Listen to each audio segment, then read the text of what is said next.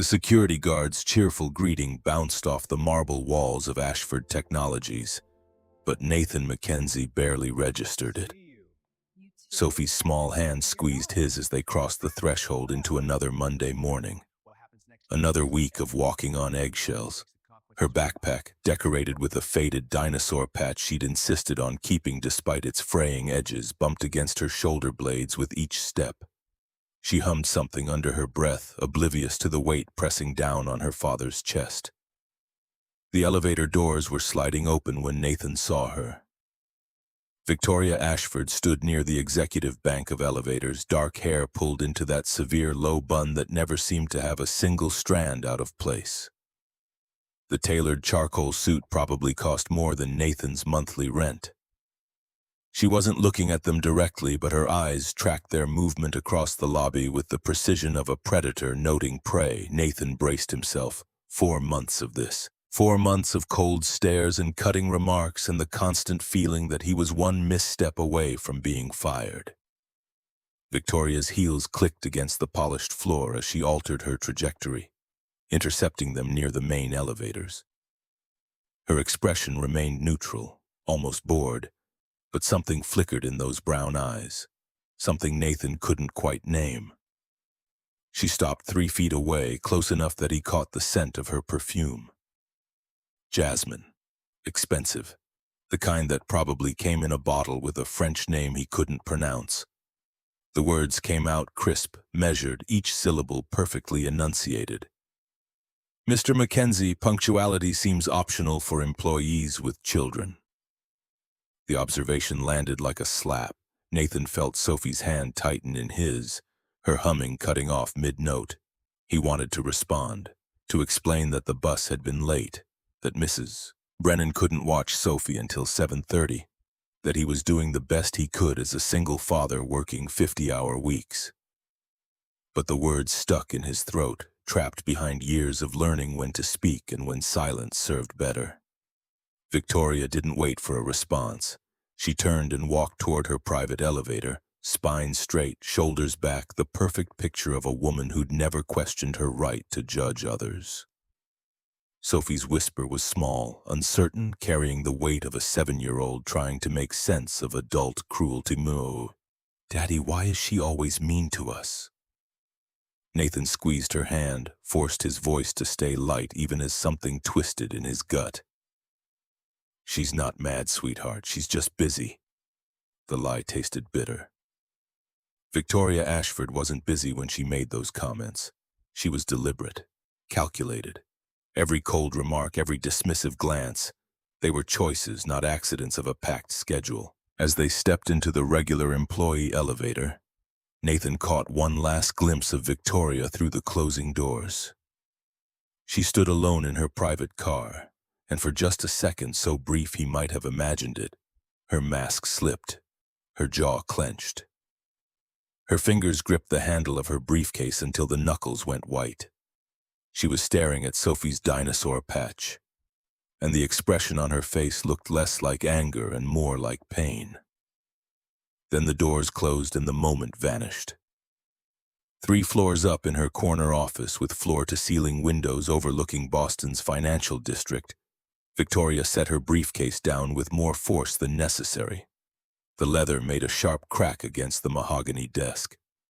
She pressed her palms flat against the cool surface, head bowed, breathing carefully controlled.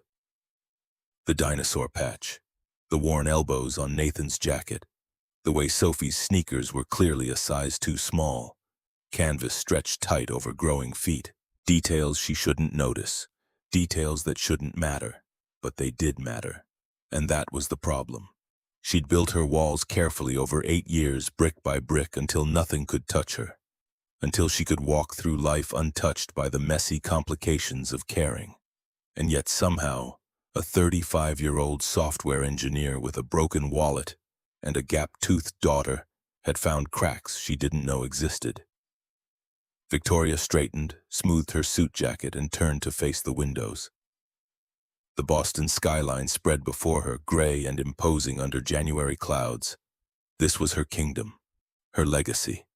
Her father had handed her the keys to Ashford Technologies with explicit instructions. Be ruthless, be smart, and never let sentiment cloud judgment. She'd followed those instructions perfectly. The company thrived, revenue climbed, shareholders smiled, and she went home every night to an empty penthouse where the silence was so complete she could hear her own heartbeat. Somewhere below, Nathan MacKenzie was probably settling Sophie into the break room with her homework, apologizing to colleagues for the inconvenience, trying to be invisible despite the 7-year-old anchor that made invisibility impossible. Victoria's reflection stared back at her from the window, sharp-featured and hollow-eyed despite the expensive makeup. She looked away. The first email arrived at 8:15. Nathan opened it, scanned the subject line, Q4 security report, immediate revision required, and felt his stomach sink. He'd spent 12 hours on that report, every metric documented, every vulnerability cataloged, every recommendation backed by data. It was thorough, it was professional, it was exactly what Victoria had requested. The body of the email contained a single line, executive summary missing. Resubmit by 5 p.m. today. Nathan pulled up the original report. Right there on page 2 was a 2-paragraph executive summary. Clear, concise, exactly where it should be. He stared at the screen, trying to find logic in the illogical. 47 pages covering SSL encryption vulnerabilities, ransomware detection protocols, network segmentation recommendations. The summary outlined critical findings.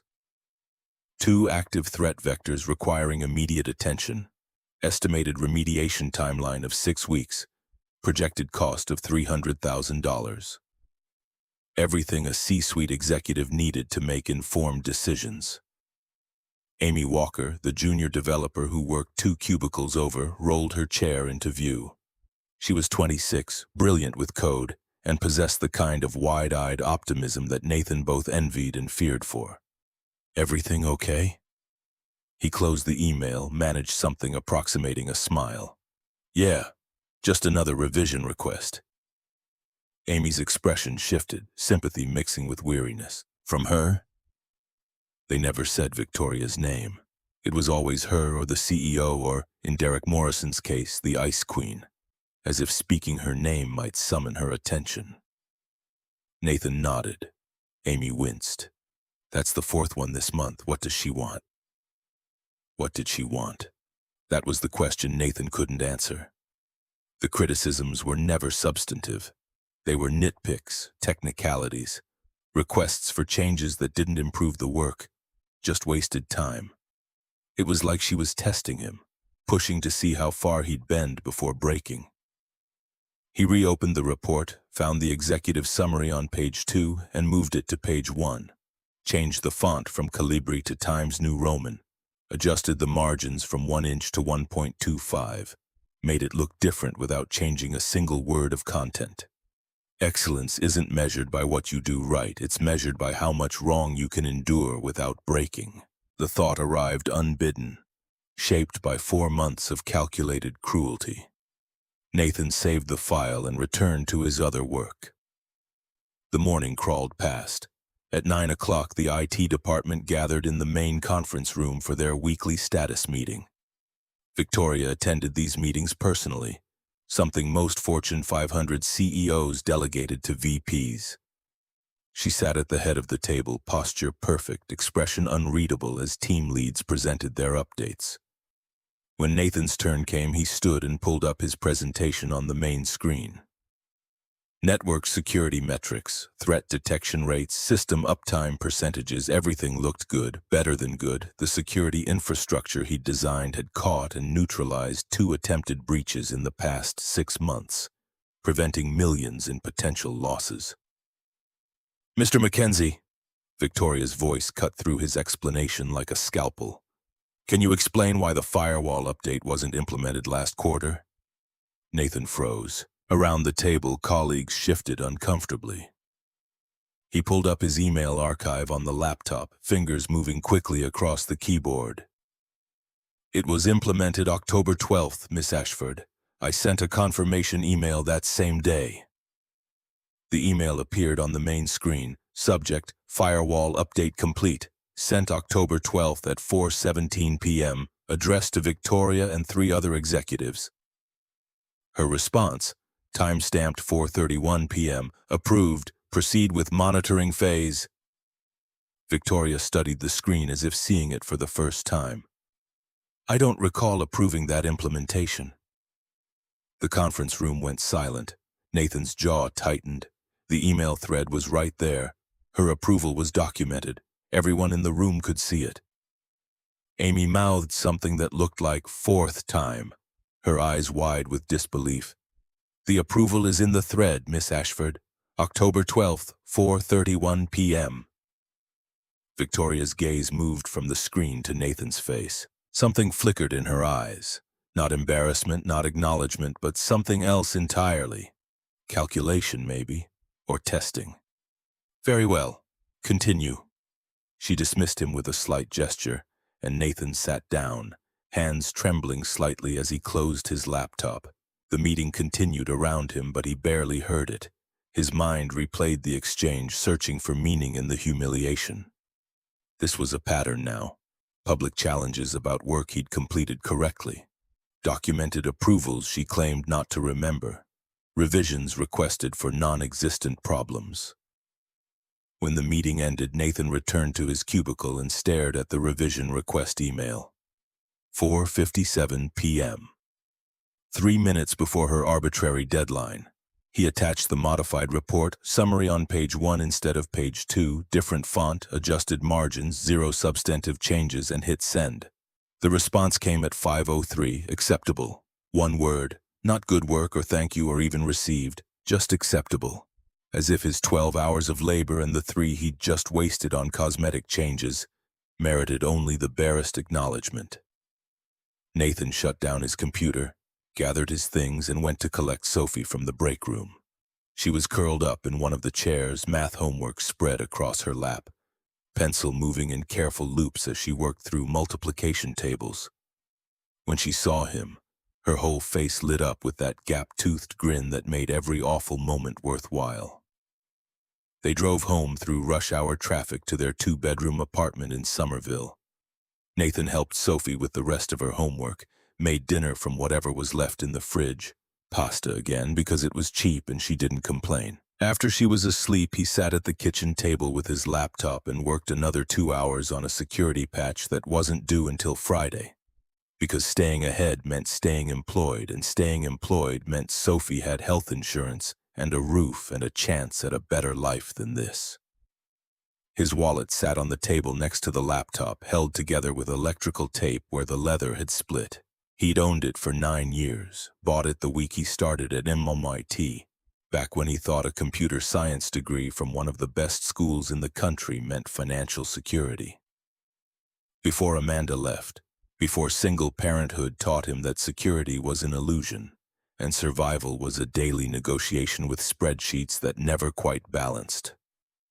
The wallet could wait. The car's transmission made a grinding noise that probably meant expensive repairs, but that could wait too. Sophie needed new shoes. That couldn't wait. The list in his head rearranged itself constantly, priorities shifting based on what crisis loomed largest. Tuesday morning brought more of the same.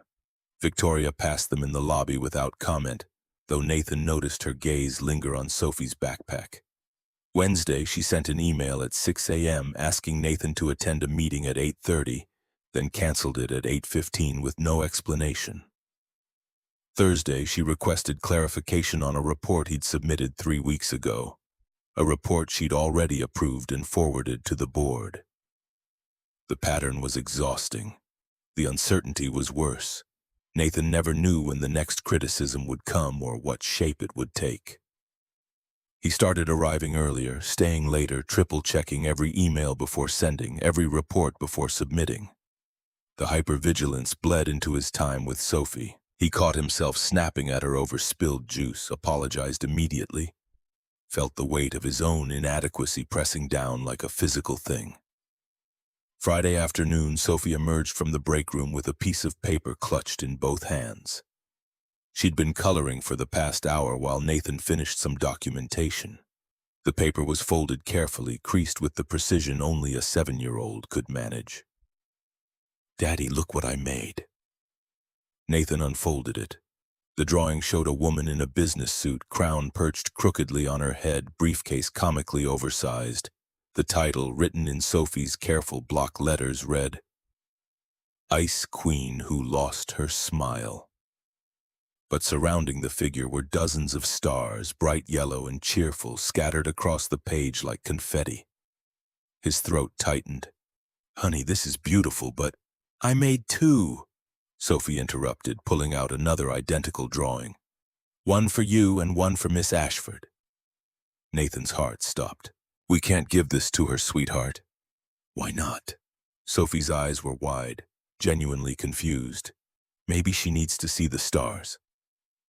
Child wisdom, cutting through adult complexity with the kind of clarity that made Nathan's carefully constructed rationalizations feel hollow. He looked at the drawing again. The stars. Sophie had surrounded Victoria with stars, not darkness or storm clouds or any of the imagery an adult might choose. Stars. Things that shine in the darkness. "She might not understand," he said carefully. "She might think we're being mean. But we're not." Sophie's voice carried absolute conviction. "Stars are good. They're pretty. Maybe she forgot that people can be pretty when they smile." Nathan folded both drawings and slipped them into his laptop bag. "Let's just keep these safe for now, okay?" Sophie nodded, but disappointment shadowed her face. They left the building together, Nathan hyper-aware of the papers in his bag, imagining Victoria's reaction if she ever saw them. Fury, probably, or worse, the cold, dismissive silence she wielded like a weapon. He'd throw them away when they got home. Sophie would forget about them eventually. But that night, after Sophie was asleep, Nathan pulled out the drawings and studied them. The crooked crown, the oversized briefcase, the title that should have felt cruel but somehow didn't because of those stars. Dozens of them, scattered with a child's generous hand, suggesting that somewhere underneath the ice something worth celebrating existed. He couldn't throw them away. Instead, he folded them carefully and tucked them into the back of his desk drawer, hidden behind old tax documents and forgotten paperwork. Out of sight, out of mind. Except they weren't out of mind because Sophie had seen something in Victoria Ashford that Nathan had missed. Or maybe something he'd deliberately refused to see because acknowledging humanity in his tormentor would complicate the simple narrative of victim and villain. Saturday and Sunday passed in the usual blur of laundry and grocery shopping and taking Sophie to the park. Monday morning arrived with the weight of inevitability. Nathan dropped Sophie at the break room, endured Victoria's customary cold glance in the lobby, and settled into his cubicle to face another week. The morning was quiet. No revision requests, no meeting cancellations, no public humiliations. Nathan allowed himself to hope that maybe finally Victoria had grown bored with whatever game she was playing. The hope lasted until 10:30 when Derek Morrison sidled up to his cubicle with that familiar smirk. Derek was 29, marketing team, the kind of guy who wore expensive sneakers to casual Friday and made sure everyone knew they were limited edition. He leaned against the cubicle wall, arms crossed, volume pitched just loud enough to carry to neighboring workstations. "Tough morning, MacKenzie." Nathan didn't look up from his screen. "Just the usual. We were just talking about work-life balance in the break room." Derek's colleague Brad appeared, sensing entertainment. "Must be hard bringing your kid in all the time." The implication hung there, ugly and deliberate. Nathan kept his voice level, professional, the way he'd learned to keep it during 4 months of calculated provocations. "Sophie's in the break room doing homework. She's quiet. She's not bothering anyone." Brad shrugged, all false innocence. Sure, just saying some of us have to arrange our lives around work instead of bringing our personal situations into the office." Nathan's jaw tightened. He wanted to explain that Mrs. Brennan had a doctor's appointment, that the after-school program was full, that he'd called 4 other babysitters before running out of options. But he didn't owe these men explanations. and they wouldn't care anyway. He started to turn away when Derek delivered his closing shot. Must be nice having flexible hours. Maybe if we were the CEO's special project, we'd get the same perks. The insinuation was vile, and they all knew it.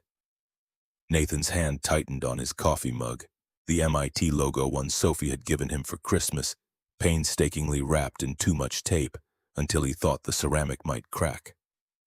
But before he could formulate a response that wouldn't get him fired, a voice cut through the break room like a knife through silk. "Gentlemen."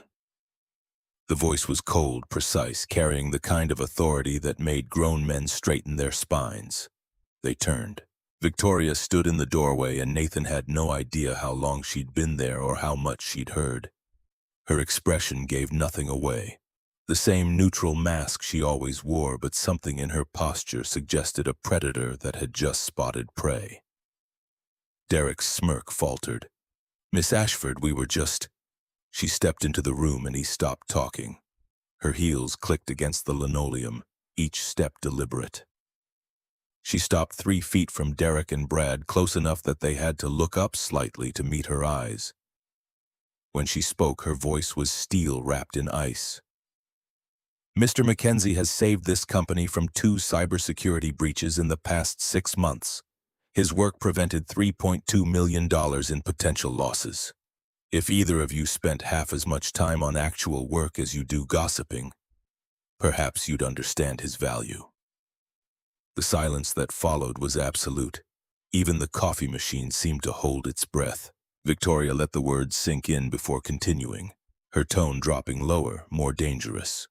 "If I hear either of you discussing a colleague's personal circumstances again, you'll be interviewing elsewhere. Are we clear?" Derek's face had gone red. Brad was staring at his shoes. They both mumbled agreement before fleeing the break room like schoolboys dismissed from the principal's office. Nathan stood frozen, mug still in hand, trying to process what had just happened. Victoria Ashford, the woman who'd made his life miserable for months, had just defended him publicly, forcefully. She turned to face him, and for a moment their eyes met. Something passed between them, some current of understanding or confusion or recognition that neither could name. Then her mask clicked back into place, but Nathan saw what she didn't realize was visible. Her hands were trembling. She left without another word, disappearing back into the executive corridors where people like Nathan didn't belong. He stood alone in the break room, coffee going cold in his mug, mind reeling. Competence doesn't need permission. It just needs to show up every day and prove itself. The thought arrived with the force of revelation. Not about his own work, but about Victoria's defense of it. She'd just made herself vulnerable, showed emotion, took a side, violated her own carefully maintained neutrality. And he didn't understand why. Across the building, Victoria locked her office door and pressed her back against it. Her breath came too fast, too shallow. Her hands still shook. She'd overheard them, the mockery, the insinuation, and something inside her had snapped with such force it terrified her. For 8 years, she'd maintained perfect control. She didn't get involved in office politics. She didn't defend employees from petty bullying. She stayed above the fray, untouchable and untouched. That was survival. That was safety. But hearing Derek Morrison's ugly insinuation about Nathan, about her and Nathan, had triggered something she thought she'd buried along with her ability to feel. She pushed away from the door, moved to her desk, and opened the bottom drawer. Inside, beneath quarterly reports and budget projections, lay a single folded piece of paper.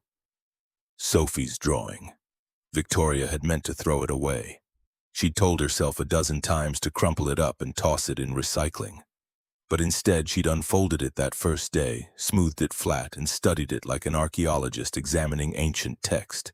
The Ice Queen who lost her smile. The crown was crooked. The briefcase was comically oversized. But the stars surrounding the figure, those were what caught her attention. Not harsh lines or dark colors, but stars, like Sophie saw something worth celebrating instead of something to fear. When was the last time someone had looked at Victoria Ashford and seen anything worth celebrating? She'd obtained the second drawing 3 weeks ago, stopped Sophie in the hallway with the kind of careful orchestration that required Victoria to time her exit from a meeting precisely. Knelt to the child's level, something she never did, and asked if Sophie might make another drawing. Just for her. Sophie's face had lit up with such pure joy that Victoria felt something crack in her chest, a sensation she'd spent years learning to ignore. Now she refolded the drawing, placed it back in the drawer beneath the reports where no one would find it, and closed it firmly. This was dangerous. This caring, this noticing, this feeling things for a man and his daughter. It was exactly what her father had warned against, exactly what Daniel had taught her to fear. She had work to do, numbers to analyze, decisions to make, things that mattered more than whether Nathan MacKenzie thought she was a monster. Her reflection in the computer screen looked pale, drawn. She looked away and got back to work, Thursday night, 11:47. The emergency call came when Nathan was already in bed, Sophie asleep in the next room. Critical server failure, data corruption. Every IT professional's nightmare scenario unfolding in real time.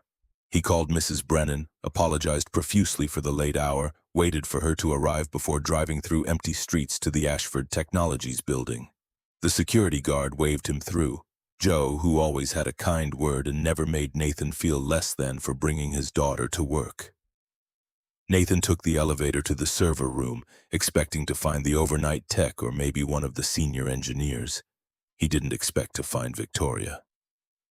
She stood in front of a bank of monitors, silk blouse untucked from her skirt, hair escaping from its usual perfect bun. Dark circles shadowed her eyes. She looked human, exhausted and worried, and nothing like the Ice Queen who delivered cutting remarks in marble lobbies. She registered his presence without surprise. "You're here." Not an accusation, not a criticism, just a statement of fact, and her voice carried a weariness that made her sound almost vulnerable. Nathan set down his laptop. "Server emergency, you?" She gestured at the screens. "Board presentation tomorrow morning. Won't matter if the system is corrupted." They worked in silence. Nathan ran diagnostics while Victoria monitored backup protocols. 1 hour became 2. The building was tomb quiet, just the hum of servers and the click of keyboards and the occasional frustrated sigh when a solution proved elusive. The code scrolling across Nathan's screen told the story. Ransomware had attempted to encrypt critical databases, but the air-gap system he'd designed had stopped it. No data exfiltration, just corruption in the backup chain that needed manual reconstruction. Around 2 in the morning, Nathan's vision started to blur. He blinked hard, trying to focus on the lines of code, but they swam together. His hands shook slightly as he typed, subtle tremors he hoped Victoria wouldn't notice. Her voice cut through his concentration, sharper than he expected. "When did you last eat?" He looked up, surprised she'd noticed anything beyond her own screen. "I don't remember." She studied him for a long moment, something unreadable flickering across her face. Then she stood and left the server room without explanation.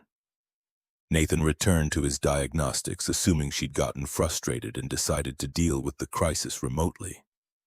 But 10 minutes later, she reappeared, carrying a wrap sandwich and a bottle of water. She set them beside his laptop, not quite meeting his eyes. "Eat. You're useless if you collapse." The sandwich was from the executive lounge, probably leftovers from some catered meeting, but it was real food and Nathan's stomach growled in response. He looked at her, trying to reconcile this version of Victoria Ashford with the one who'd made his life hell for months. "Thank you." She didn't respond, just returned to her station and resumed working as if the gesture meant nothing. But Nathan noticed things too. Noticed how her breathing had become shallow and irregular. Noticed the way she gripped the edge of the desk when she thought he wasn't looking. Noticed that she'd been staring at the same screen for 5 minutes without typing a single command. At 2:45, she swayed. It was subtle, just a slight loss of balance, but her hands shot out to catch herself, knocking over her coffee cup. It was empty, but the noise seemed to startle her. Nathan was on his feet before thinking. "Are you okay?" She straightened immediately, armor snapping back into place. "Fine." But she wasn't fine. Even from 6 feet away, Nathan could see the exhaustion etched into every line of her face. Whatever had driven her to stay here all night, working herself to collapse, it wasn't just dedication. It was something darker, something desperate. He took a step closer, keeping his voice gentle. "You don't look fine." The walls cracked just for a moment, but Nathan saw it, saw past the CEO facade to the woman underneath who was barely holding together. Her voice came out thin, almost fragile.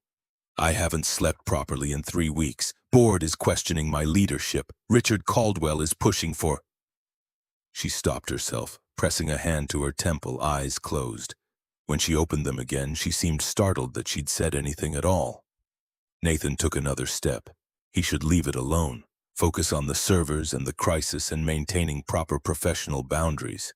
But he'd spent 4 months watching this woman be deliberately cruel. And now he was seeing something entirely different. Something broken and human and achingly familiar. The words came out before he could stop them. "The board is questioning your leadership?" She laughed, but there was no humor in it. "Richard Caldwell thinks a woman can't run a Fortune 500 company. He's been building a case for months, looking for any weakness, any excuse to call for a vote of no confidence." Her voice cracked slightly on the last words. She swayed again, more pronounced this time, and Nathan moved on instinct. He crossed the space between them in 3 strides and caught her arms as she started to tip forward. His hands wrapped around her biceps, steadying her. And suddenly she was pressed against his chest, her perfume, that expensive jasmine, filling his senses. They both froze. Nathan was acutely aware of everywhere they touched. The warmth of her through the silk blouse, the way she fit against him, her head barely reaching his shoulder, the rapid flutter of her pulse visible at her throat. He was close enough to see gold flecks in her brown eyes. Close enough to count her eyelashes. Close enough that neither of them seemed to remember how to breathe. The moment stretched, suspended in amber. Nathan knew he should step back, knew this was crossing every line that mattered.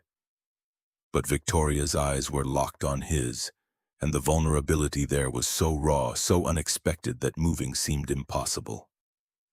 Her whisper barely made it across the inches between them. "I'm sorry, I didn't mean to." His response came automatically. "It's okay." But it wasn't okay. Nothing about this was okay. They stood there, hearts beating too fast, the air between them charged with something neither could name.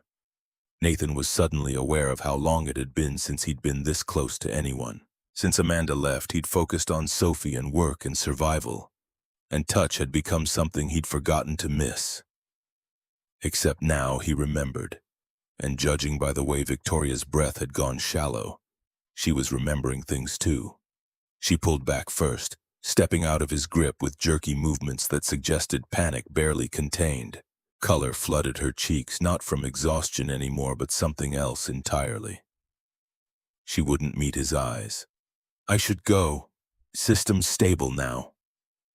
Nathan wanted to say something, wanted to ask what had just happened, wanted to understand why his heart was still racing. But Victoria was already gathering her things with hands that shook worse than before, and the moment was collapsing around them like a house of cards. At the door she paused, her back to him, voice barely audible. "Nathan." It was the first time she'd used his first name, not Mr. MacKenzie or nothing at all, just his name, and it sounded different in her voice than he'd expected. Softer, almost uncertain. He found his voice. "Yeah?" She turned halfway, still not quite looking at him. "Thank you. For tonight." Then she was gone, heels clicking rapidly down the hallway like she was running from something or towards something. Nathan couldn't tell which. He stood alone in the server room, surrounded by humming machines and blinking lights, and tried to make sense of what had just happened. Tried to understand why his hands still tingled where they'd held her arms, tried to convince himself that the moment hadn't meant what his racing pulse suggested it meant. He failed on all counts. The drive home passed in a blur. Mrs. Brennan was asleep on the couch and Nathan paid her double for the late night before carrying Sophie from her bed to his car and then back to her room. He tucked her in, kissed her forehead, and sat on the edge of her bed watching her sleep. His daughter. His responsibility. His entire world compressed into one 7-year-old girl who deserved so much better than a father who couldn't afford new shoes and a mother who'd chosen a yoga instructor in San Diego over her own chud. He thought about Victoria's words, "I haven't slept properly in 3 weeks." Thought about the exhaustion in her eyes and the tremor in her hands. Thought about how she'd looked pressed against him, vulnerable and afraid and nothing like the armor-plated CEO everyone saw. Something had shifted tonight. Some fundamental understanding had cracked open and Nathan didn't know what to do with it. Sometimes the bravest thing you can do is let someone catch you when you fall. The thought arrived with the weight of truth, not about Victoria alone, but about both of them. Two people who'd learned to survive by not needing anyone, suddenly faced with the terrifying possibility that maybe, just maybe, survival wasn't the same as living. Nathan stood, turned off Sophie's light, and walked to his own bedroom. Tomorrow was Friday. Tomorrow Victoria would probably be back to her cold, distant self, and this night would become just another strange chapter in the ongoing story of his employment at Ashford Technologies. But as he lay in bed staring at the ceiling, Nathan couldn't shake the memory of gold flecks in brown eyes and the way his name had sounded in her voice. Couldn't forget the trembling in her hands or the crack in her armor that had let him see just for a moment the woman she'd spent 8 years learning to hide. Friday morning arrived with leaden inevitability. Nathan dropped Sophie at the break room, braced himself for Victoria's usual morning criticism, but she passed them in the lobby with only the slightest nod. No cutting remark, no cold assessment. Just acknowledgement that they existed in the same space, which somehow felt more unsettling than her customary cruelty. Sophie noticed immediately. "Daddy, Miss Ashford didn't say anything mean." Nathan squeezed her hand. No, she didn't. The weekend stretched ahead, 48 hours of Sophie and grocery shopping and pretending his world hadn't just tilted on its axis. But as Nathan settled into his cubicle and opened his email, he couldn't help wondering what Monday would bring. Couldn't stop replaying those few seconds when Victoria had been pressed against him, vulnerable and human and absolutely terrifying in her honesty. 4 months of walking on eggshells. One night that changed everything. And now, the impossible question, what came next? Monday morning arrived with the weight of unspoken things. Nathan brought Sophie through the lobby, bracing for another cutting remark, another reminder of his inadequacy. But Victoria passed them with only a small nod. No words, no sneers, just acknowledgement that they existed in the same space. Sophie noticed immediately, her voice pitched low. "Daddy, Miss Ashford didn't say anything mean." Nathan squeezed her hand. No, she didn't. The week that followed felt like walking through a dream where all the familiar landmarks had shifted slightly off-center. Victoria sent 3 emails, routine stuff about system updates and security protocols, and not one contained a hidden barb or impossible demand. She passed him in hallways and nodded.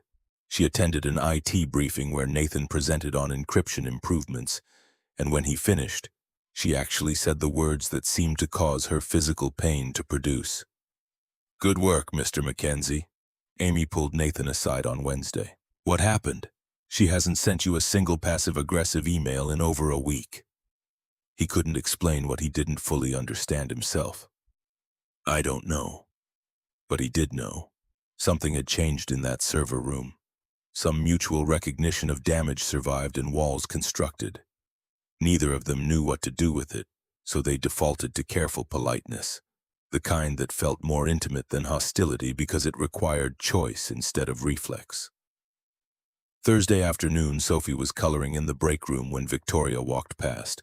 Nathan watched through the glass partition as his boss paused at the doorway. Just paused. Sophie looked up and waved with the unself-conscious friendliness of children who hadn't yet learned to fear authority. Victoria waved back, a small wave, awkward and unpracticed but genuine.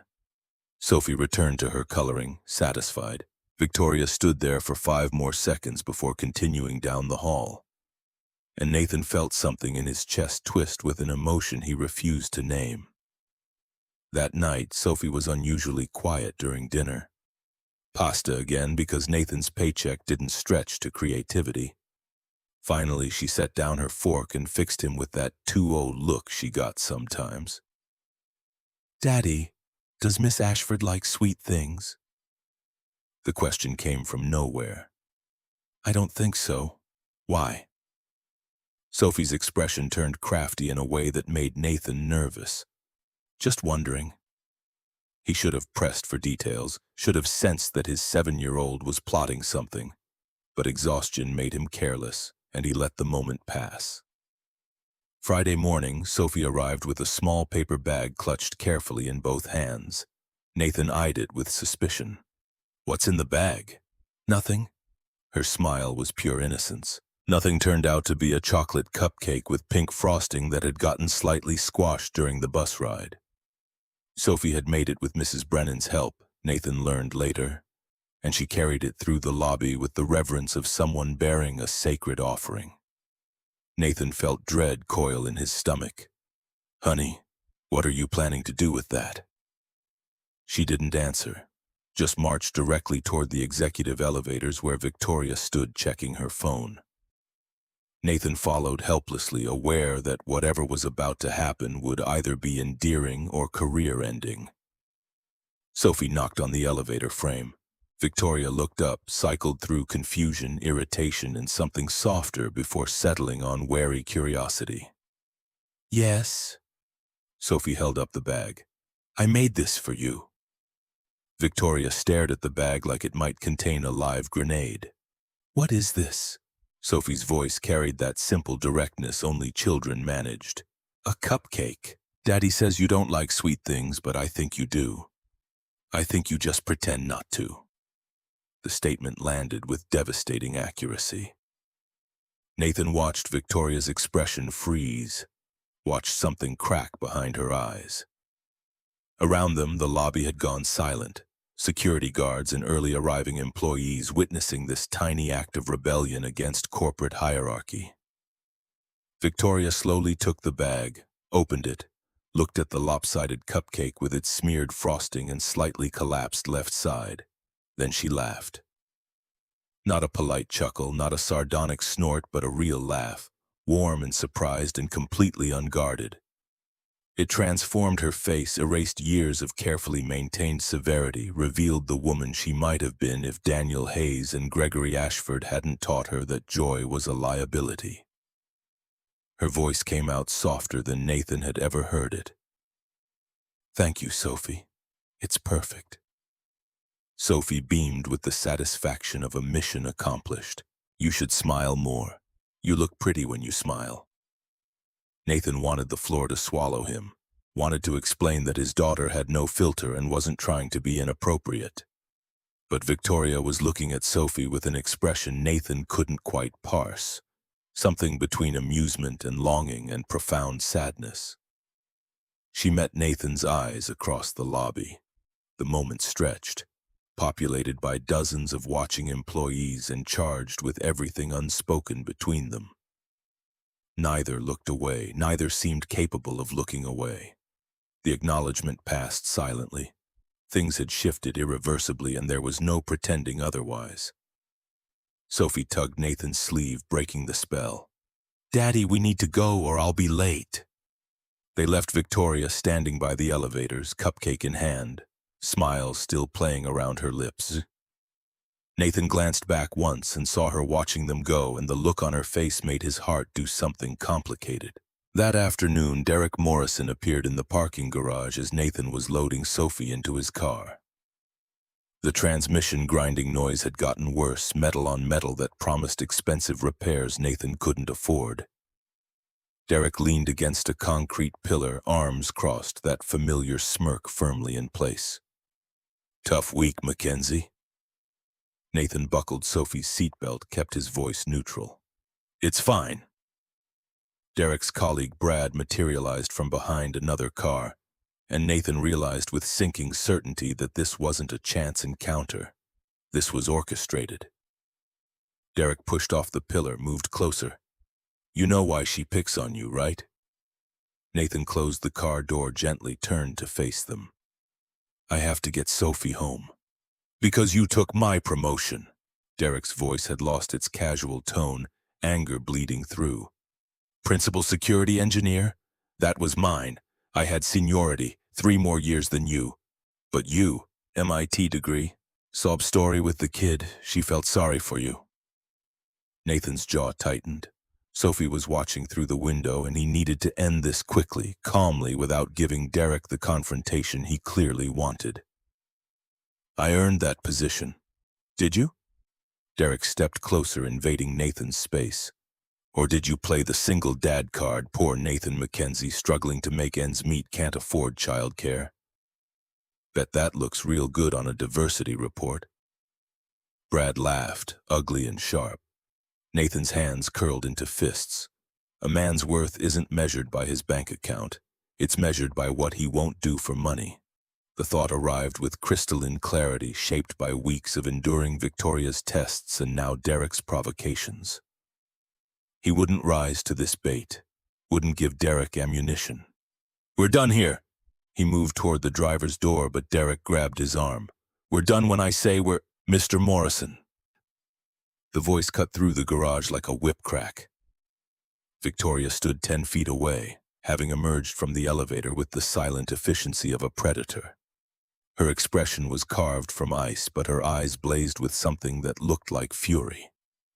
Derek released Nathan's arm, stepped back. Miss Ashford, we were just harassing a colleague in the parking garage. Victoria moved closer, heels clicking on concrete. Physically restraining him while his daughter watches from the car?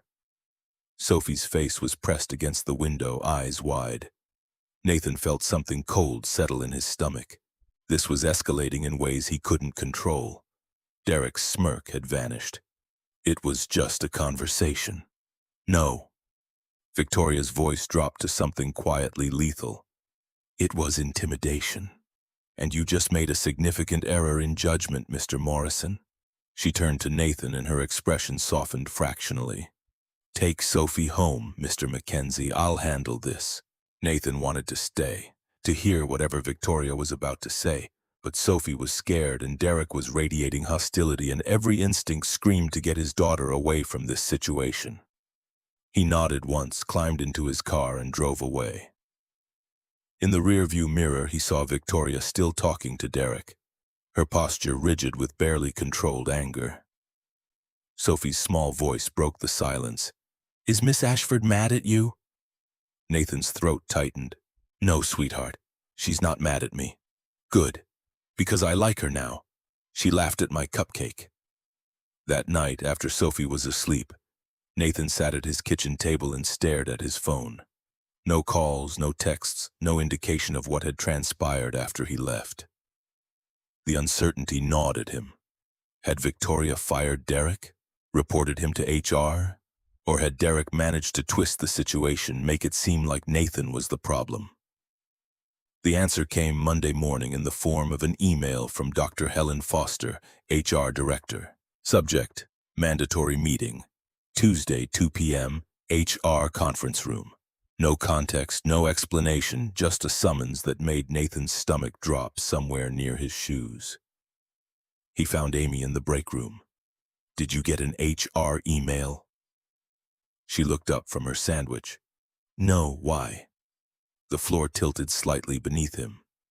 HR meetings meant problems. HR meetings with no context meant serious problems. His mind raced through possibilities. Had someone reported Sophie's presence as inappropriate? Had he violated some policy he didn't know existed? Had Derek filed a complaint about the parking garage incident? Or, and this thought made his blood run cold, Had someone noticed the change between him and Victoria? Tuesday arrived with leaden inevitability. Nathan left Sophie with Mrs. Brennan, citing a meeting he couldn't skip, and arrived at the HR conference room at exactly 2 o'clock. Dr. Foster was waiting, mid-40s, kind eyes behind wire-rimmed glasses, the sort of person who probably genuinely wanted to help but operated within systems that often crushed people in the name of policy. She gestured to a chair. "Mr. MacKenzie, thank you for coming. This is a preliminary inquiry. We've received an anonymous complaint regarding inappropriate workplace conduct." The words hit like a physical blow. Nathan's mouth went dry. "What kind of complaint?" Dr. Foster consulted her notes with the careful neutrality of someone trained not to show bias. "The complaint alleges that you and Miss Ashford have been engaging in a romantic relationship, which violates our workplace policy regarding superior-subordinate relationships." His voice came out stranger than he intended. We haven't." They hadn't kissed, hadn't held hands except for those few seconds in the server room when he caught her from falling. But the rooftop confession that hadn't happened yet, the change in dynamics, the way they looked at each other, did those count as the beginning of something that would grow into what the complaint alleged? Dr. Foster's expression remained professionally sympathetic. "I need to ask you directly, Mr. MacKenzie. Are you involved in a romantic relationship with Miss Ashford?" The honest answer felt more complicated than yes or no. But honesty was all Nathan had. "No, we're not." She made a note. "Have there been any romantic advances, inappropriate communications?" He thought about Victoria pressed against him in the server room, about her using his first name, about the way his heart raced when she smiled at Sophie. But those weren't advances. They were moments of human connection in a world that demanded people remain isolated in their assigned boxes. "No." Dr. Foster studied him like she was trying to see past his words to the truth underneath. Finally, she leaned back. "Mr. MacKenzie, I want to be clear. This company takes these matters seriously. We have a duty to investigate all complaints thoroughly." She paused, and something in her expression suggested the next words pained her. "For now, please maintain professional distance from Miss Ashford. No one-on-one meetings without a third party present. No non-work-related communications." The restrictions felt like walls closing in, cutting off the fragile connection that had barely begun to form.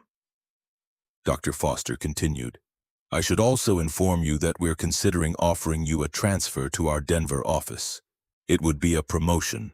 Principal security engineer, $95,000 salary. It might be advisable given the circumstances." Denver, 1,800 miles from Boston, from Sophie's school and Mrs. Brennan and the life they'd built from the wreckage of Amanda's abandonment. But also 1,800 miles from scrutiny and scandal and whatever was building between him and Victoria that had made someone angry enough to file a complaint. His voice sounded distant to his own ears. "I'll think about it." Dr. Foster nodded. "No decision needs to be made immediately, but please consider it carefully." Nathan left the HR office feeling hollowed out. Returned to his desk in a daze, opened his email and started a message to Victoria before remembering the new rules. No direct communication without witnesses. The investigation would take weeks, Dr. Foster had said. Weeks of forced distance and careful documentation and trying to prove a negative. Weeks of wondering who had reported them and why. Amy appeared at his cubicle, took one look at his face. "What happened?" He couldn't tell her, couldn't explain without making everything worse. "Just some HR stuff. It's fine." Her skepticism was obvious, but she let it drop. Nathan turned back to his computer and stared at code that refused to make sense while his mind churned through the impossible math of Denver versus Boston. Promotion versus principal, protecting himself versus whatever he might be building with Victoria. The office gossip started within 48 hours. Nathan heard the whispers in the break room, caught the speculative glances in meetings. Derek was suddenly friendlier. the kind of friendly that suggested he knew something and was enjoying watching Nathan squirm. On Thursday, Derek sidled up while Nathan was refilling his coffee. "Heard you had a meeting with HR. Everything okay?" The fake concern didn't mask the gleeful curiosity underneath. Nathan kept his voice flat. "Just routine stuff." Derek's smile suggested he didn't believe that for a second. Sure, although I heard it wasn't so routine, something about inappropriate relationships." Nathan's jaw tightened. "I don't know what you heard, but it's wrong." Derek held up his hands in mock surrender. "Hey, no judgment. Just seems like maybe the Ice Queen finally found someone cold enough to match her temperature." The implication was vile enough that Nathan's hands curled into fists. But before he could respond, before he could do something stupid that would prove every suspicion right, a familiar voice cut through the break room. "Mr. Morrison." Victoria stood in the doorway and the temperature dropped 10 degrees. Her expression was controlled fury, the kind that made grown men check their insurance policies. Derek turned, smile faltering. "Miss Ashford, I was just—" She stepped into the room, heels clicking with ominous precision. "You were just spreading unfounded gossip about a colleague's personal life. Do you think this company pays you to invent stories or to actually work?" Derek's face went red. "I didn't mean—" Victoria wasn't finished, and her voice dropped to something quietly lethal. "Mr. MacKenzie is one of the most valuable members of this IT department. He's professional, skilled, and has more integrity in his worn shoes than you've demonstrated in your entire tenure here." The reference to his shoes hit Nathan somewhere tender. She'd noticed. Of course she'd noticed. Victoria Ashford noticed everything, filed it away, weaponized it when necessary. But this time the weapon was being deployed in his defense. She continued, each word sharp enough to draw blood. "If I hear you discussing Mr. MacKenzie's personal life again, or anyone else's for that matter, you'll discover exactly how quickly HR can process a termination. Are we absolutely clear?" Derek fled. His colleagues scattered. The break room emptied like someone had pulled a fire alarm. Nathan stood alone with Victoria, coffee forgotten in his hand. She turned to face him, and for just a second her mask slipped. He saw fear there, worry, something that looked like apology. Then she collected herself. "You should get back to work, Mr. MacKenzie." She left before he could respond, before he could thank her or ask what she was thinking or point out that defending him so publicly would only fuel the rumors. He watched her go and felt the situation spiraling further out of control. That evening he received another email, this time from Victoria's executive assistant. "Miss Ashford requests your presence for a project briefing. Monday, 10 a.m., conference room B. Please confirm attendance." The email was professional, copied to 3 other IT staff members, entirely appropriate. But Nathan stared at it for 10 minutes before responding, trying to decode what it meant. Was this the one-on-one meeting HR had prohibited, or was it legitimate work requiring his input? He confirmed attendance because refusing would raise more questions, but unease settled in his gut and refused to leave. The weekend passed in a blur of Sophie and laundry and the creeping sense that his carefully constructed life was coming apart. Sunday night, Mrs. Brennan mentioned that Sophie's school was having a spring fair in 2 weeks, the kind of event that required volunteering or donations or both, and Nathan had neither time nor money to spare. He added it to the mental list of things he couldn't quite manage. Right below new shoes for Sophie and car transmission repair, and figure out what to do about Victoria. Monday's meeting turned out to be legitimate, a briefing on upgrading the company's cybersecurity infrastructure. 4 people attended. Discussion remained entirely professional, and Victoria barely looked at Nathan beyond the standard acknowledgments required by courtesy. But as everyone filed out, she said quietly, "Mr. MacKenzie, a moment, please." The other attendees left. The door closed. They stood on opposite sides of the conference table, careful distance maintained. No possibility of inappropriate contact, and the air between them felt charged enough to cause electrical fires. Victoria's voice was carefully controlled. "I'm sorry about Derek. I shouldn't have intervened so publicly." Nathan shook his head. "You were defending an employee from harassment. That's your job." She finally met his eyes. "It's not my job to care whether Derek Morrison implies things about your personal life." The admission hung there, honest and dangerous. Nathan knew he should leave it alone, should back away from whatever cliff they were approaching. Instead, he heard himself say, "Is it true? The investigation?" Her face went carefully blank. "Dr. Foster interviewed me last week, asked the same questions she probably asked you."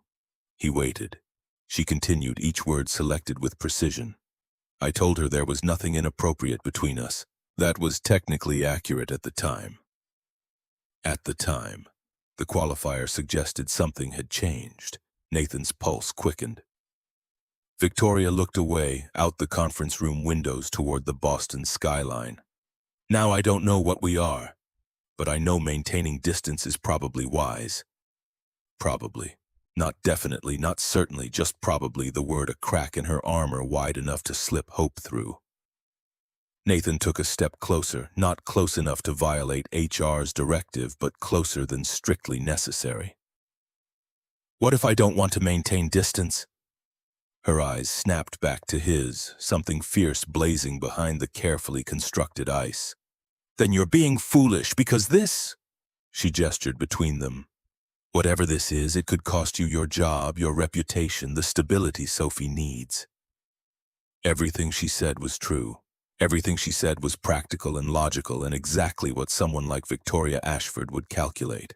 But her voice shook on Sophie's name, and Nathan realized she wasn't just protecting herself. She was trying to protect him. That realization made him reckless. "What if I think it's worth the risk?" Her control cracked visibly. She gripped the edge of the conference table. "You don't know what you're risking. My father destroyed the last person I let close. Richard Caldwell is looking for any excuse to remove me. The board already questions my judgment. If this becomes public—" She cut herself off, breathing hard. Nathan watched her fight for composure and saw the terrified woman underneath the CEO facade. He kept his voice gentle. "Then we're careful. We follow the rules. We don't give them ammunition." Her laugh was bitter. "Someone already gave them ammunition. Someone filed that complaint, which means someone is watching us closely enough to notice what we're barely acknowledging to ourselves." The truth of that settled over them like ash. Someone had noticed. Someone cared enough to report it. Someone wanted one or both of them gone. Nathan's mind immediately went to Derek, but that felt too obvious. Derek was a bully, not a strategist. This took planning, patience, the kind of calculating malice that Derek lacked. Before he could voice the thought, Victoria straightened. "I need to go. You should too. Someone will notice if we're in here too long." She moved toward the door but paused with her hand on the handle. "Nathan."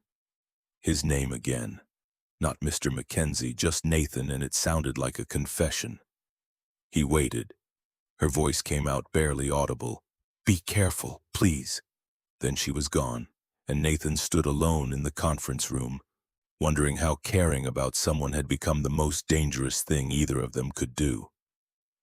That evening, while Nathan was helping Sophie with math homework, his phone rang.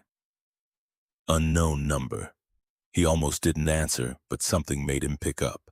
The voice was female, confident, familiar in a way that made his stomach clench. "Hello, Nathan." 3 years. 3 years since he'd heard that voice, but he recognized it immediately. Sophie's head snapped up from her homework, eyes wide. Nathan forced his expression to stay calm even as his mind raced. Amanda. His ex-wife. Emma's mother. The woman who'd walked out when Sophie was 4 and hadn't called for birthdays or holidays or the dozens of small crises that marked their daughter's childhood. She'd chosen a yoga instructor in San Diego over her family, and Nathan had built their life around her absence. Amanda's voice carried false brightness. "How are you? How's Sophie?" He wanted to hang up, wanted to tell her she'd forfeited the right to ask those questions when she chose someone else over their daughter. But Sophie was watching, and Seven was old enough to understand rejection even if it came from not allowing contact. "We're fine. Why are you calling?" Straight to the point, no pleasantries. Amanda had never appreciated his directness, and she didn't now. "I'm in Boston. I'd like to see Sophie." The floor tilted. Nathan stepped into the kitchen, lowering his voice. "When did you get here?" Amanda's voice lost some of its artificial cheer. "Last week. I've been getting myself settled. I'm ready to be part of Sophie's life again." Ready. As if parenting was something you could toggle on and off like a switch. As if 3 years of absence could be erased by showing up and declaring readiness. Nathan's voice came out harder than intended. "You left. You haven't called in 18 months. You can't just expect—" She cut him off, and steel entered her tone. "I'm her mother, Nathan. I have rights." Rights. The word lawyers used when they meant to weaponize parenthood. Nathan's grip tightened on the phone. "What do you want, Amanda?" A pause, then, "I'm filing for joint custody. My lawyer says I have a strong case, especially given your current situation." Ice flooded his veins. "What situation?" Her voice dripped false sympathy. "The investigation at work, the relationship with your boss. I've been doing my research, Nathan. A judge won't like that kind of instability around Sophie." The world narrowed to the phone in his hand and the rushing sound in his ears. Someone had told Amanda. Someone had fed her information about the HR investigation. Someone wanted to use it against him. His voice came out deadly quiet. "Who told you about that?" Amanda laughed, bright and false. "Does it matter? What matters is Sophie deserves stability, a proper home, 2 parents who aren't wrapped up in workplace scandals." Rage bubbled up from somewhere deep and primal. Rage at Amanda for abandoning them and returning only when it served her purposes. Rage at whoever had weaponized his situation. Rage at a system that would even consider giving custody to a woman who'd voluntarily walked away. But rage wouldn't help. Rage would make things worse. So Nathan swallowed it down and said through gritted teeth, "You'll be hearing from my lawyer." He hung up before she could respond, stood in the kitchen with his hands shaking and his mind racing through the implications.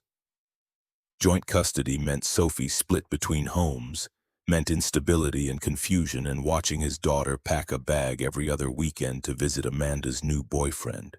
Because of course there was a new boyfriend, there was always a new boyfriend playing father to his child. Sophie appeared in the doorway, small and scared. "Daddy, was that Mom?" He crouched down, pulled her into a hug that was as much for him as for her. "Yeah, baby, that was Mom." Her voice was muffled against his shoulder. "Why did she call?" How did you explain to a 7-year-old that her mother, the woman who'd left when Sophie was 4 and barely remembered her now, wanted to suddenly re-enter their lives? How did you explain custody battles and legal fights and the ugly reality that sometimes parents use children as weapons? You didn't. You lied and hoped the truth came later when she was old enough to understand.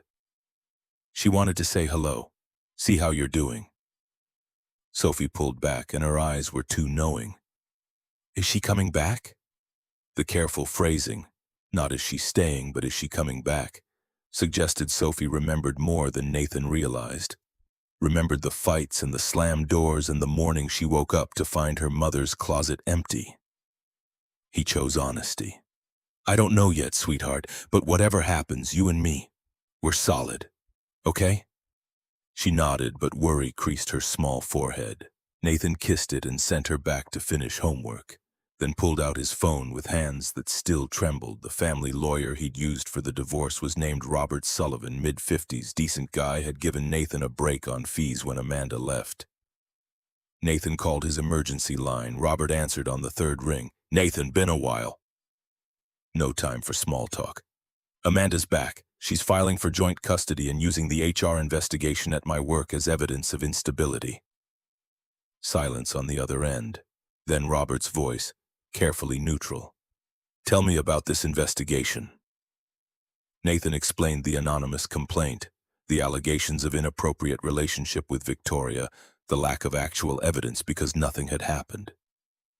But even as he spoke, he heard how it sounded, heard the implications a judge might draw. Robert was quiet for a long moment. "Nathan, I need to be honest with you. Any custody challenge is serious, but if Amanda can demonstrate workplace instability or inappropriate relationships..." He trailed off. Nathan filled in the blanks. "It hurts my case." Robert's voice was gentle but firm. "Yes, judges favor stability above almost everything. Amanda's 3-year absence works in your favor, but if she can prove she's changed and you're in a questionable situation..." Nathan closed his eyes. "What do I do?" Another pause. Then, "The Denver transfer. If it's still available, you should take it. New city, fresh start, away from the investigation. Shows you're prioritizing stability." Denver. The promotion. The escape route that meant ripping Sophie from everything familiar. His voice came out hollow. "And if I don't want to leave?" Robert's sigh carried down the line. "Then we fight. But I can't promise we win. And fighting means Sophie testifies. Means dragging her through questions about whether she feels safe with you, whether she's seen inappropriate behavior. Is that what you want?" Of course it wasn't what Nathan wanted. Sophie had been through enough when Amanda left. The therapy sessions and the nightmares and the slow, painful process of learning to trust that her father wouldn't disappear too. But Denver meant leaving Victoria, meant running from something that might matter, meant making his life even smaller to accommodate other people's judgments. He thanked Robert and hung up without making promises. Sat at his kitchen table and stared at nothing while Sophie finished her homework in the next room. Wednesday morning brought the blog article. Corporate scandal at Ashford Technologies splashed across TechCrunch with enough accurate details to suggest an inside leak. Nathan read it twice, feeling walls close in. By afternoon, 3 different news outlets had picked up the story.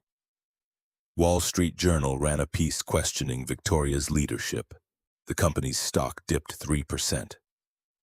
Nathan's phone buzzed with a text from Amanda's lawyer. "Article strengthens our position. Judge will see this instability. Reconsider cooperation." He deleted the message and tried to focus on work, but the sensation of being watched intensified. Derek's smirk had become permanent fixture. Colleagues who'd been friendly now kept their distance. Nathan was becoming toxic, and everyone knew it.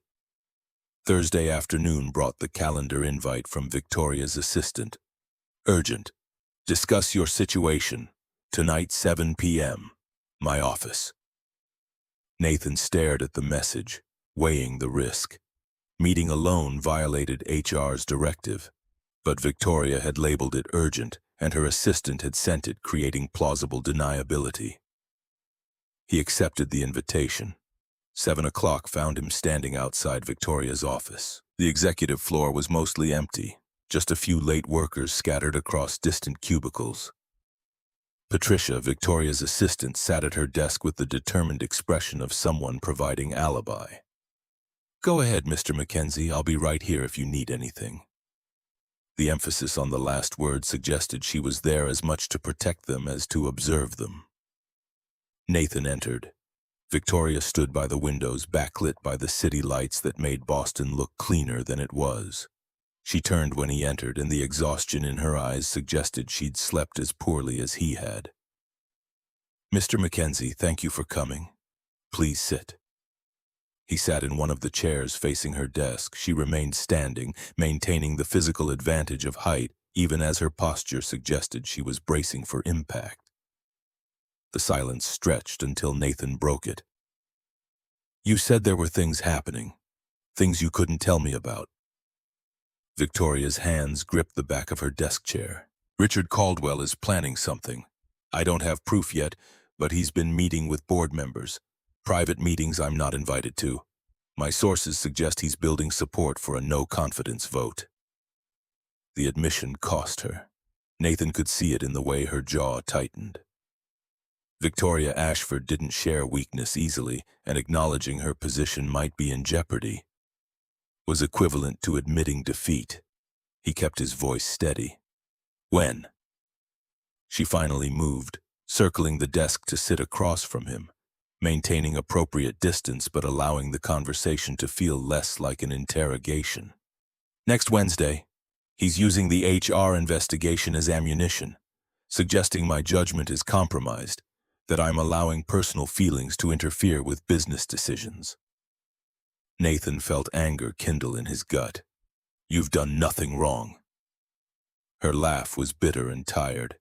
Perception matters more than reality in boardrooms, and the perception is that I defended you too publicly, too emotionally, that I let whatever this is between us cloud my professional responsibilities.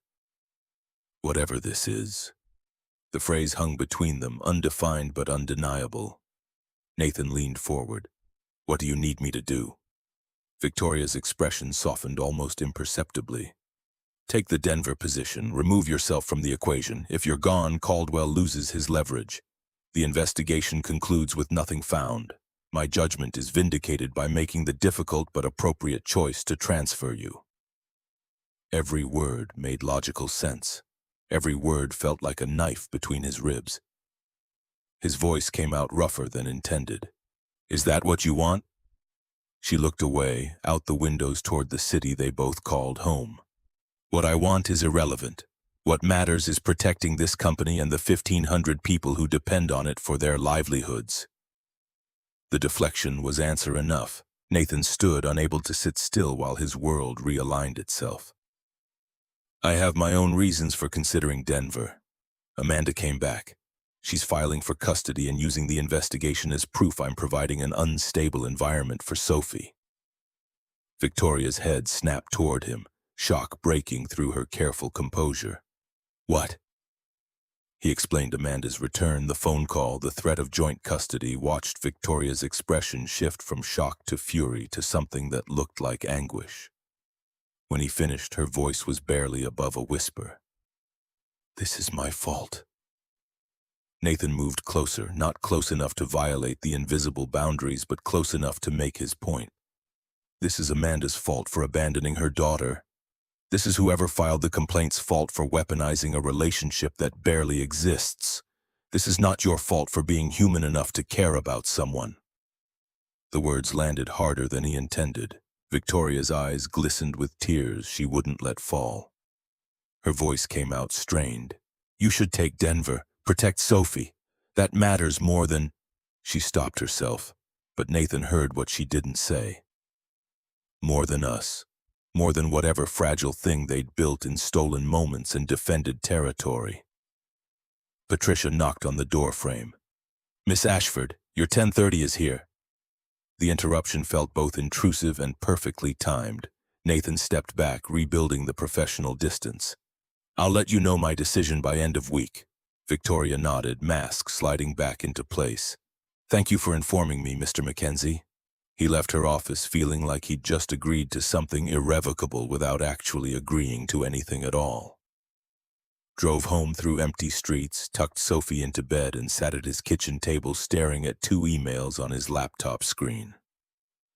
Email 1, Denver offer, principal security engineer, $95,000. Fresh start, safety. Email 2, Robert Sullivan's follow-up. Custody hearing scheduled for next Thursday. Amanda's lawyer aggressive. Need decision on Denver ASAP to strengthen case. Every man has his price. Ethan's was $75,000. Amanda's was freedom from responsibility. What was Nathan's? His daughter's happiness? Or a chance at something real with a woman who scared him as much as she drew him in? He closed the laptop without responding to either email. Tomorrow he'd decide. Tomorrow he'd choose between running and fighting. But tonight he sat in the silence of his apartment and thought about Victoria's trembling hands and Sophie's gap-toothed grin and the impossible mathematics of trying to protect everyone he loved when loving them put everyone at risk. Wednesday morning arrived with the sound of someone knocking on Nathan's door at 7 o'clock. Sophie was still asleep, and Nathan opened the door in his bathrobe to find a man in his early 60s standing on the threshold.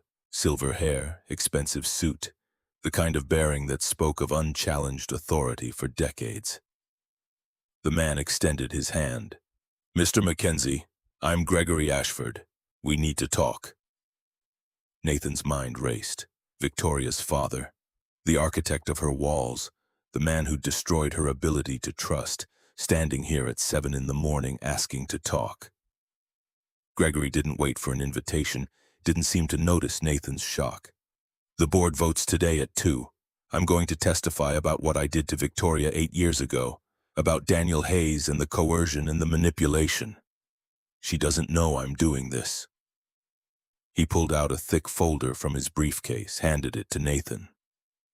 Bank statements, emails, phone records, documents that looked official and damning.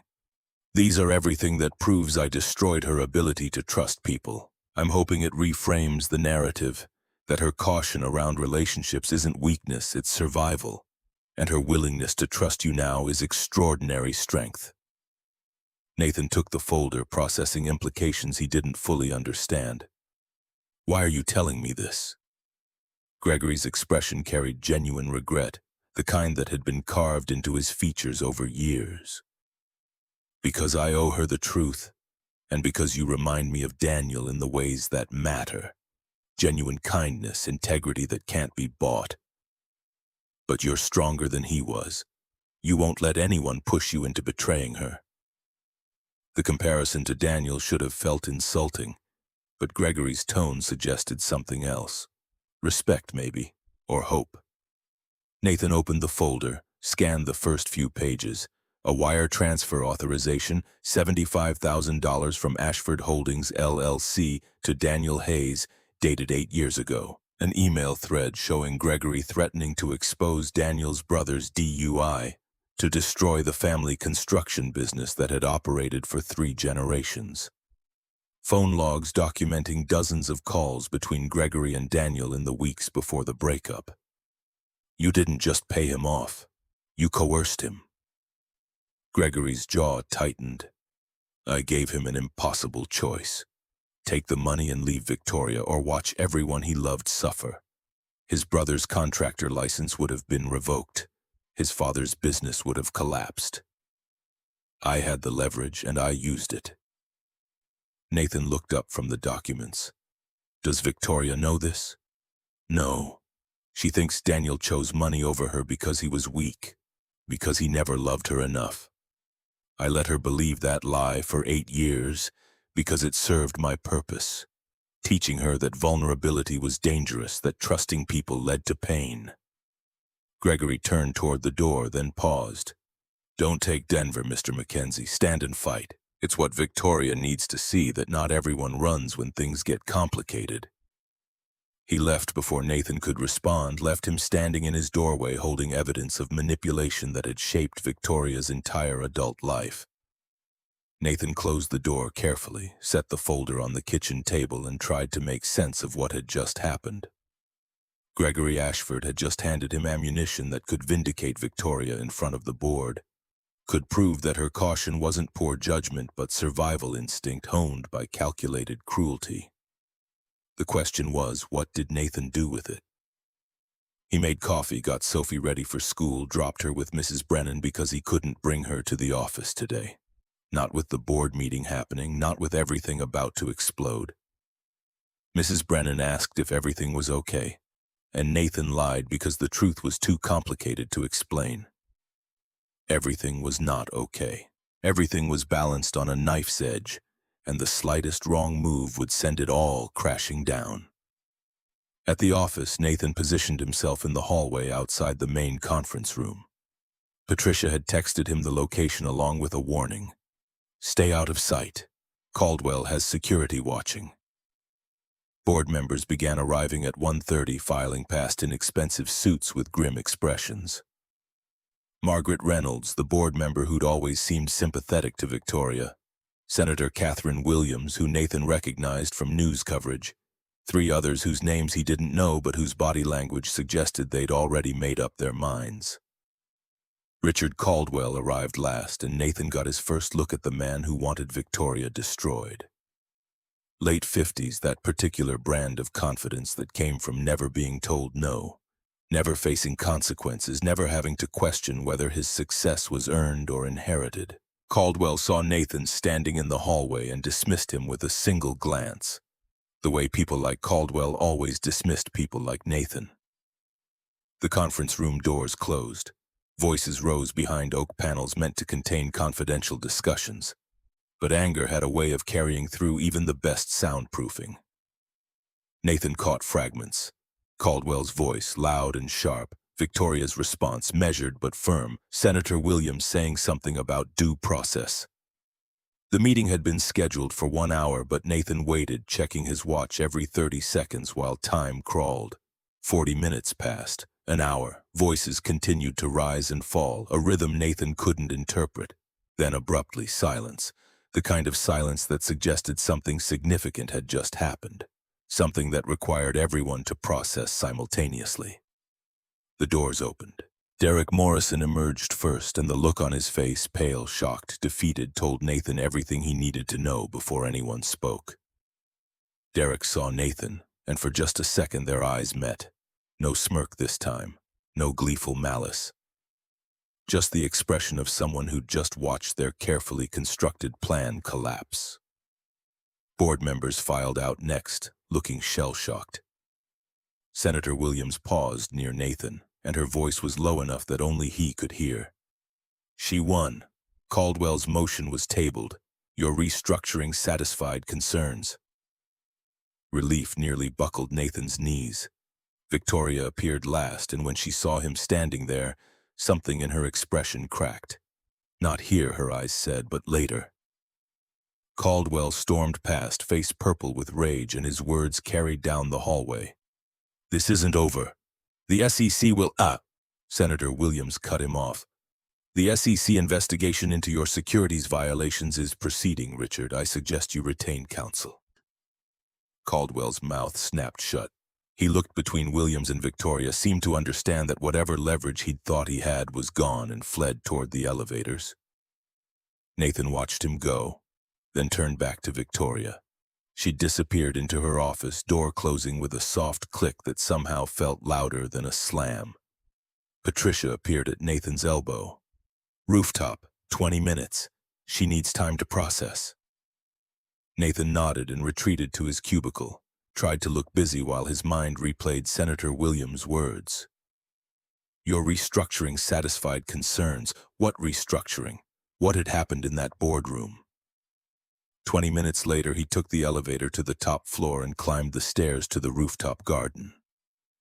Victoria stood at their railing, the place where walls had first cracked open, where she'd told him about Daniel, where everything between them had started to shift from professional to something neither could name. Boston spread below, afternoon sun turning the Charles River to molten gold. She turned when she heard him approach, and tears tracked mascara down her cheeks. Her voice came out raw. My father testified, told everyone about Daniel, about the coercion, about destroying my ability to trust people. He had documentation, emails, bank records, everything. Nathan moved to stand beside her. I know. He came to see me this morning.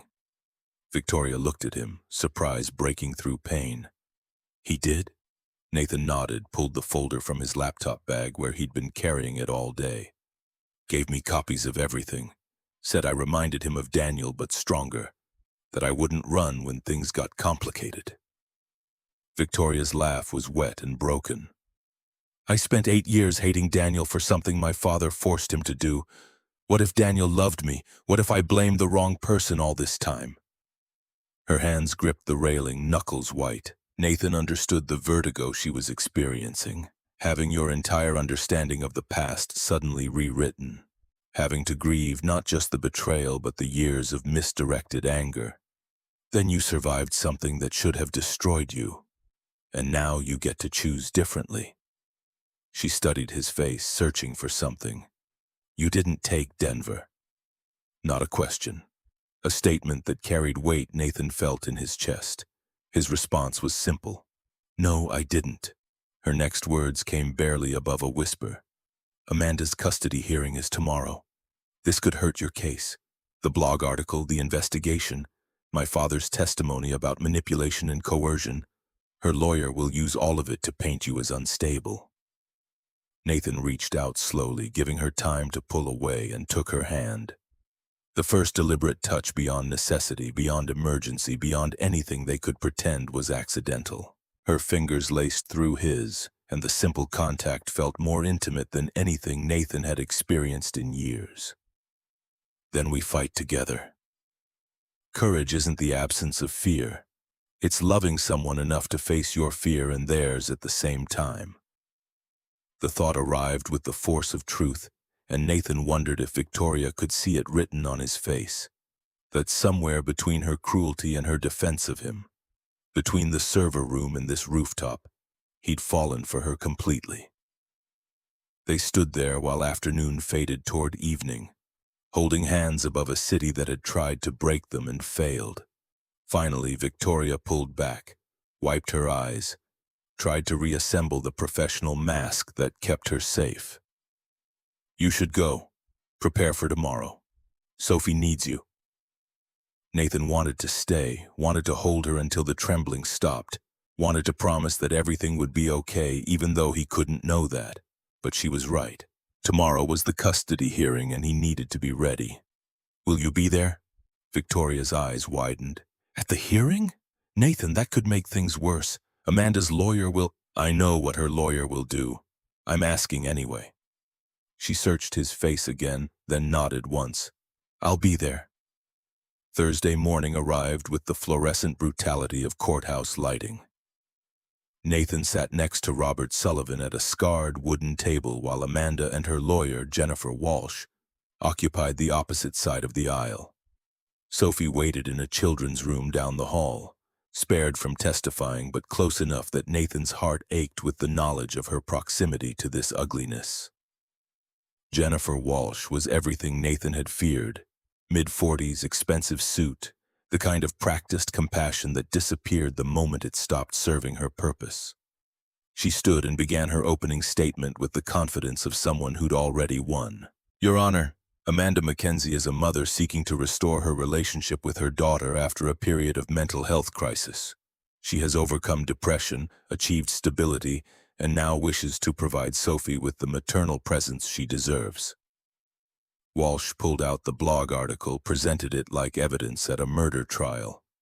Meanwhile, Nathan MacKenzie is embroiled in a workplace scandal suggesting inappropriate relationships and professional misconduct.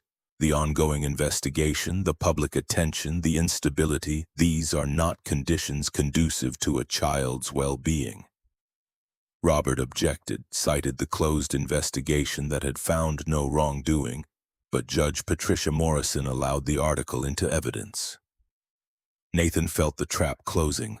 Everything he'd been trying to avoid for months was being used against him, twisted into proof that he was unfit.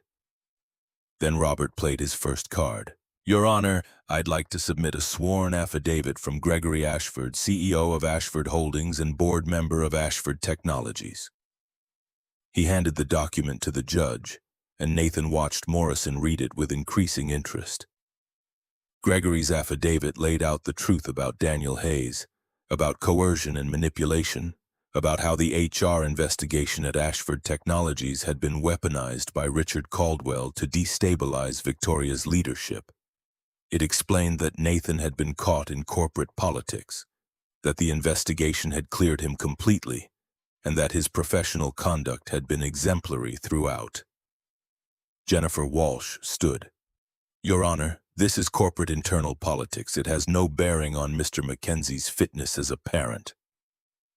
Morrison looked at Walsh over her reading glasses. "It has bearing on the allegations of instability, Counselor. Continue, Mr. Sullivan." Robert stood. "I'd like to call character witnesses. Mrs. Patricia Brennan has cared for Sophie for 3 years and can speak to Nathan's consistency as a parent." Mrs. Brennan took the stand, and Nathan felt gratitude wash over him as she described his dedication. Every morning drop off on time, every payment made, even when Nathan could barely afford it. Every sick day when he'd stayed home with Sophie despite work pressure. Every parent-teacher conference, every school play, every small moment that added up to a life built around his daughter's needs. In 3 years, Nathan has never once failed Sophie, not once. That's more than most parents can say. Jennifer Walsh cross-examined, tried to suggest that Nathan's financial struggles indicated poor planning, but Mrs. Brennan held firm. Financial struggles indicate he's raising a child alone on a single income in one of the most expensive cities in America. That's not poor planning. That's reality. Amy Walker testified next, spoke to Nathan's professionalism despite manufactured scandal. I've worked with Nathan for 2 years. He's the most dedicated person I know. When Derek Morrison spread rumors, Nathan stayed focused on his work. When the investigation started, he cooperated fully. He handled everything with integrity. Then the courtroom doors opened and Victoria walked in. Nathan's breath caught.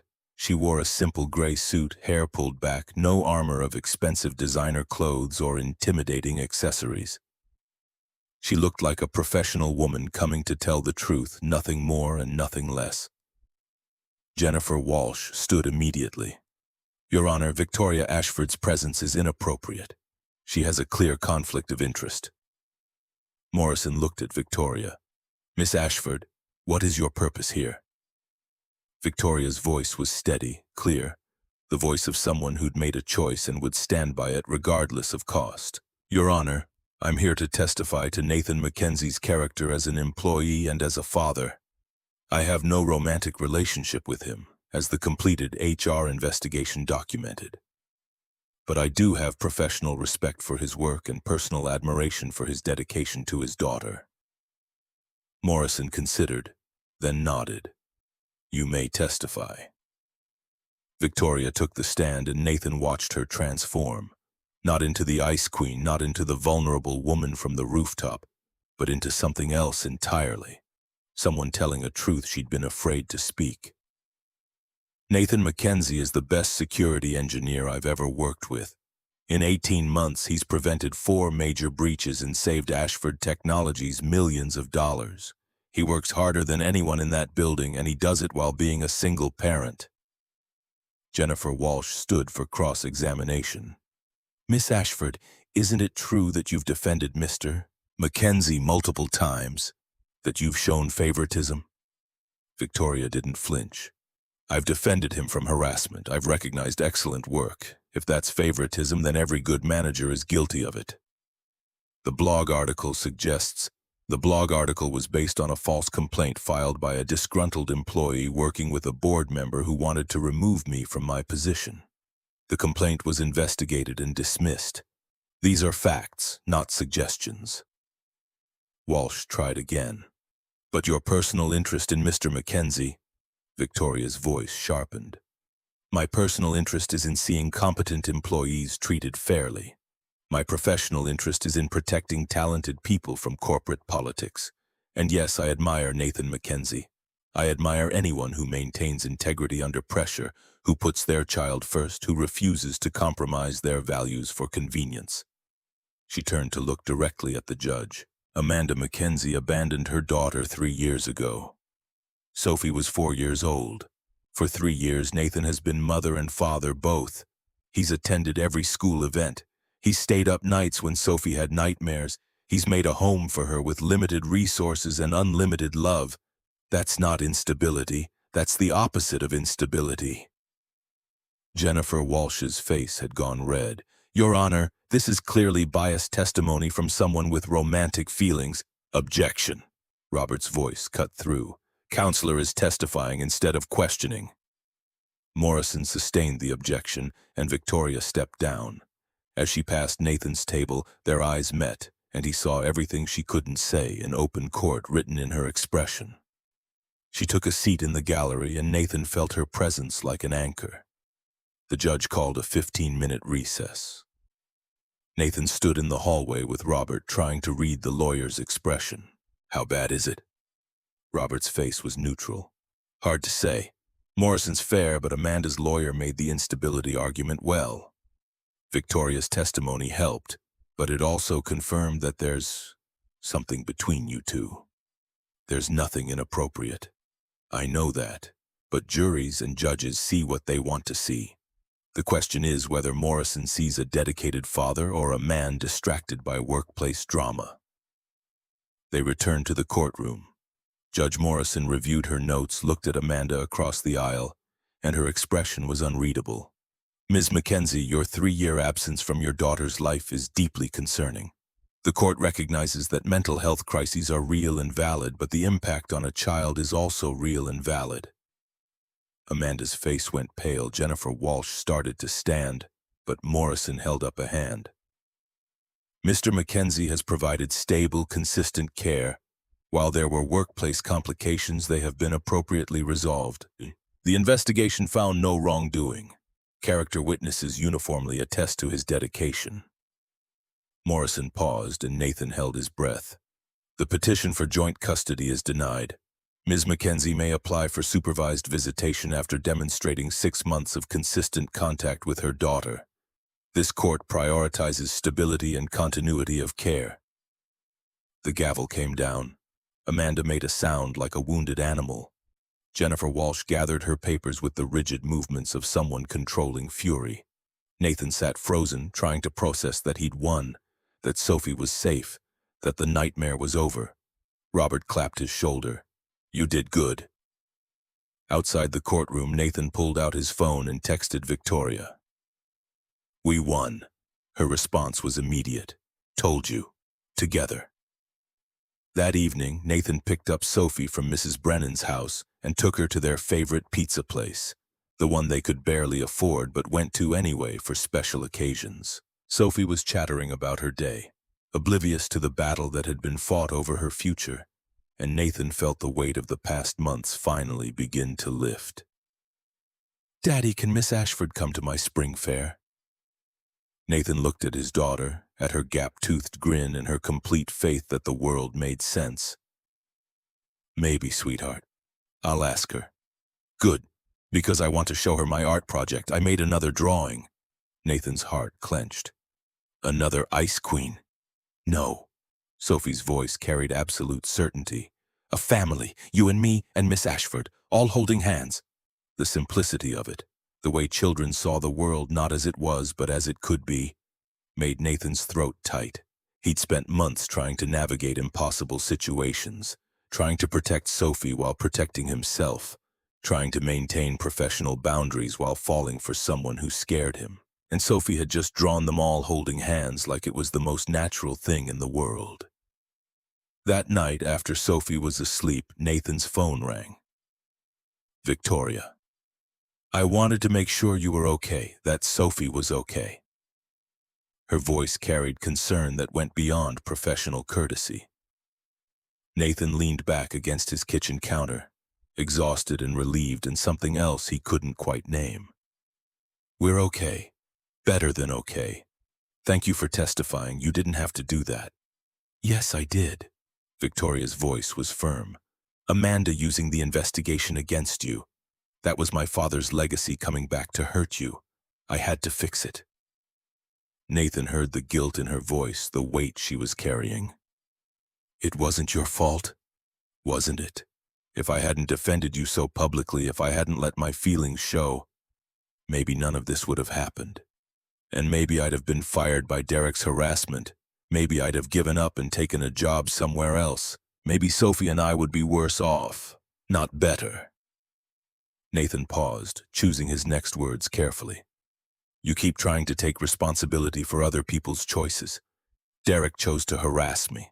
Caldwell chose to weaponize it. Amanda chose to use it in court. Those aren't your sins to carry. Silence on the other end. Then quietly. When did you get so wise? About 2 hours ago, when a judge told me I get to keep my daughter. Victoria laughed, the sound lighter than Nathan had ever heard it. Fair enough.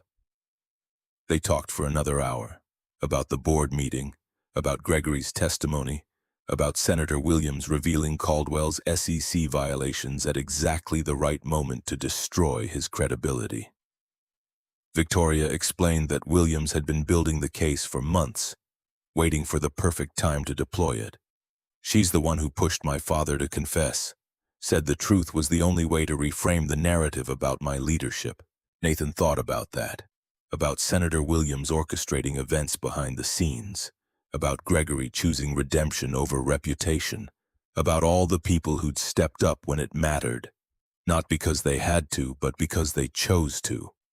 What happens now? With Caldwell? He resigned this afternoon. The SEC will file charges next week. The board is recommending a full audit of his activities over the past 5 years. Victoria's voice carried satisfaction. He destroyed himself. I just survived him. That word, survived, echoed everything Nathan had learned about her. Victoria Ashford had spent 8 years in survival mode, building walls and maintaining distance and refusing to let anyone close enough to hurt her. And somehow, despite her best efforts, Nathan and Sophie had found their way past those walls. I should let you sleep. Tomorrow's going to be intense. Victoria's voice softened. Nathan, I'm proud of you, for fighting, for not running. The words settled over him like a blanket, warm and unexpected. I'm proud of you too, for telling the truth in court, for risking your reputation to help me. After they hung up, Nathan sat in his kitchen and thought about the past 6 months. 4 months of cruelty followed by 2 months of slowly understanding that cruelty had been armor, that Victoria's ice had been protecting something tender and terrified. He thought about Sophie's drawings and Victoria's trembling hands, and the way she'd looked at him in the server room like he was both salvation and threat. The weekend passed in a strange calm, like the eye of a hurricane. Nathan took Sophie to the park, helped her with homework, made meals and did laundry and tried to pretend his life hadn't just fundamentally changed. Monday brought an email from Dr. Foster.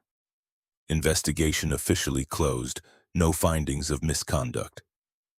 Professional relationship between N. MacKenzie and V. Ashford deemed appropriate. Restrictions on communication lifted. Nathan read the email 3 times, trying to believe it was real. The investigation was over. The restrictions were lifted. He and Victoria could talk without witnesses, could meet without documentation, could exist in the same space without fear of someone reporting them. He stood and walked to the executive floor, took the elevator with his heart pounding and knocked on Victoria's office door. Patricia looked up from her desk. Is she available? Patricia smiled, actually smiled, something Nathan had never seen her do. Go ahead. Victoria was at her desk reviewing documents and she looked up when he entered. For a moment neither spoke, the weight of everything that had happened hanging between them. Then Victoria stood, moved around her desk and did something Nathan never expected.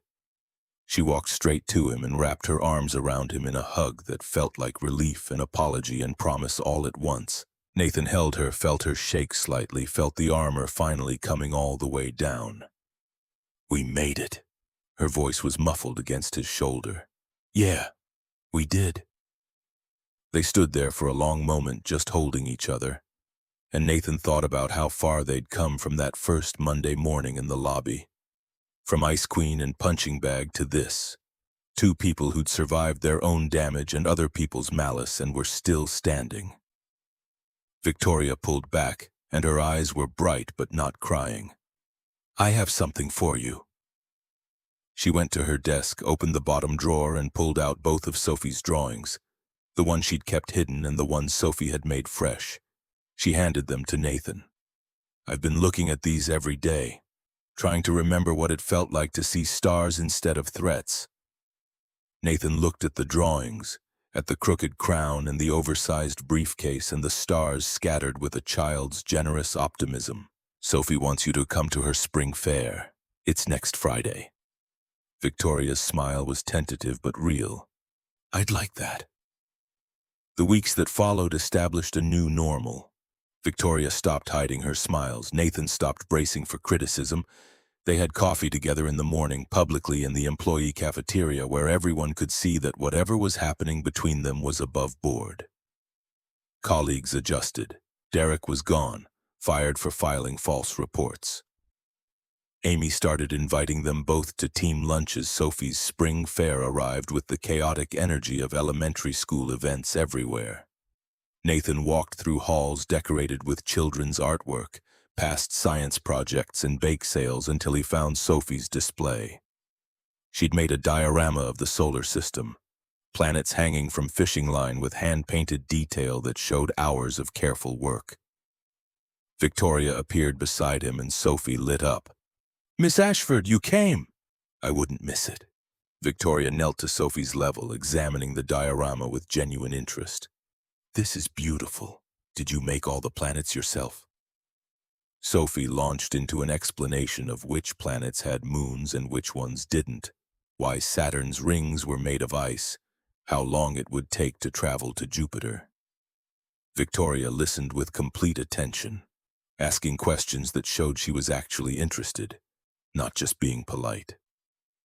Watching them together, his daughter and the woman he'd fallen for, Nathan felt something shift in his chest. Not the anxiety he'd carried for months, not the fear of losing one or the other, but something else. Something that felt like hope for a future he'd been afraid to imagine. Mrs. Brennan appeared, took one look at the three of them, and smiled knowingly. "Well, isn't this nice?" Later, after the fair ended and Sophie had dragged them to see every other display in the school, they walked to Nathan's car. Sophie ran ahead to press her face against the windows, and Victoria stopped Nathan with a hand on his arm. "I need to tell you something." Nathan's heart rate picked up. "Okay. I've been seeing a therapist since the board meeting, working through the Daniel stuff, the trust issues, all of it." Victoria took a breath, and she asked me what I wanted, not what was safe, not what was smart, but what I actually wanted. Nathan waited, giving her space to find the words. "I want this. You and Sophie and coffee in the mornings and spring fairs and all the messy, complicated, terrifying parts of letting someone matter." Her voice shook slightly. "But I need to do it right. Need to go slow. Need to make sure I'm not just replacing old damage with new dependence." Nathan understood what she was offering. Not a guarantee, not a promise that everything would be easy, but an honest acknowledgement of where she was and what she could handle. He reached out and took her hand, the same way he had on the rooftop. "Slow is good. Slow means we get to figure this out together." Victoria's smile was tremulous but genuine. "Together. I like that word." 6 months dissolved like snow in spring rain. Summer arrived with heat that turned Boston muggy, and Nathan's car finally died completely, transmission giving out in spectacular fashion. Victoria offered to loan him money for repairs, and Nathan's pride almost made him refuse before he realized that accepting help wasn't weakness, it was trust. He let her loan him $3,000, paid her back over 4 months, and the transaction felt less like debt and more like partnership. They dated carefully, building something real without scrutiny's weight. Dinners where Sophie joined them, museums on weekends, long walks along the Charles River where they could talk without the pressure of colleagues watching. Victoria met Amanda once, when the supervised visitation started after Amanda had maintained 6 months of consistent phone calls. The meeting was tense but professional, and afterward Victoria told Nathan that she understood why he'd fallen for Amanda years ago. Understood the woman she'd been before depression and poor choices had reshaped her. Fall brought company changes. Ashford Technologies posted record results, 35% revenue growth, major contracts, industry recognition. Victoria gave a speech at the annual company meeting, and when she mentioned the engineering division's excellence, her eyes found Nathan across the packed auditorium. The smile she gave him wasn't CEO polished, but genuine.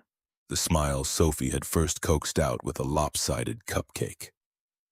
February arrived with record cold, and Nathan was working late one Thursday when Victoria appeared at his cubicle. "Come with me."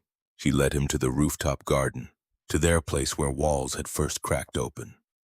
Boston spread below. City lights reflected off fresh snow that made everything look cleaner than it was. Victoria turned to face him, and the expression on her face made Nathan's breath catch. I've been thinking about what my therapist said, about doing things right, going slow, making sure I'm ready. She took his hands. I'm ready. Nathan's heart was pounding. Ready for what? For this, for us, for all of it. Victoria's voice was steady, sure. I love you, Nathan MacKenzie. I love your integrity and your dedication and the way you make me want to be braver than I am. Nathan pulled her close, rested his forehead against hers. I love you too. Have loved you since you defended me from Derek. Maybe before that. Since you brought me a sandwich at 2 in the morning and pretended you didn't care. They kissed finally after months of careful distance and harder-won trust. The kiss was tender and careful and full of promise. When they pulled apart, Victoria was smiling. Sophie's going to say she knew all along. Nathan laughed. She's been planning our wedding since the cupcake incident. Smart kid. They stood together overlooking Boston, two people who'd found each other through damage and survival, and the radical decision to care despite risk. The rooftop garden stood quiet around them, witness to confessions and reconciliations, and now this, the acknowledgement that what they'd built was real and worth protecting. A month later, Nathan proposed, not with expensive rings or elaborate plans, but with Sophie's blessing and a simple question asked in Victoria's office after hours. She said yes before he finished asking, laughed and cried and pulled him close. We're doing this, actually doing this. Yeah. Nathan kissed her forehead. We are. Sophie burst through the door, had been waiting in Patricia's office apparently, and launched herself at both of them. Finally. I told you she liked sweet things. Victoria laughed, scooped Sophie up. You were right, sweetheart. I do like sweet things, especially you. They stood together, three people who'd found family in unexpected places.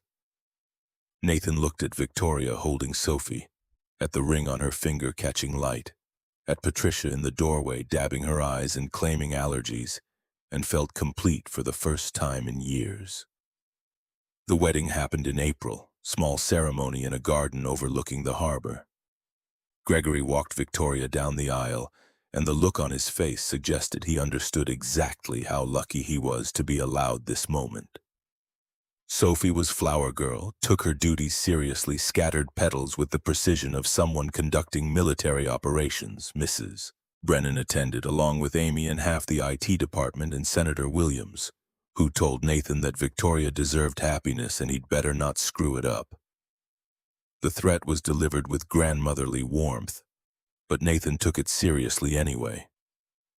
At the reception, Victoria pulled Nathan aside. Thank you. For what? For not running, for seeing past the ice, for teaching me that vulnerability isn't weakness. Her voice was soft, meant only for him, for proving that some people are worth the risk of being hurt. Nathan kissed her, not caring that people were watching. You taught me something too, that surviving isn't the same as living, that sometimes the bravest thing you can do is let someone catch you when you fall.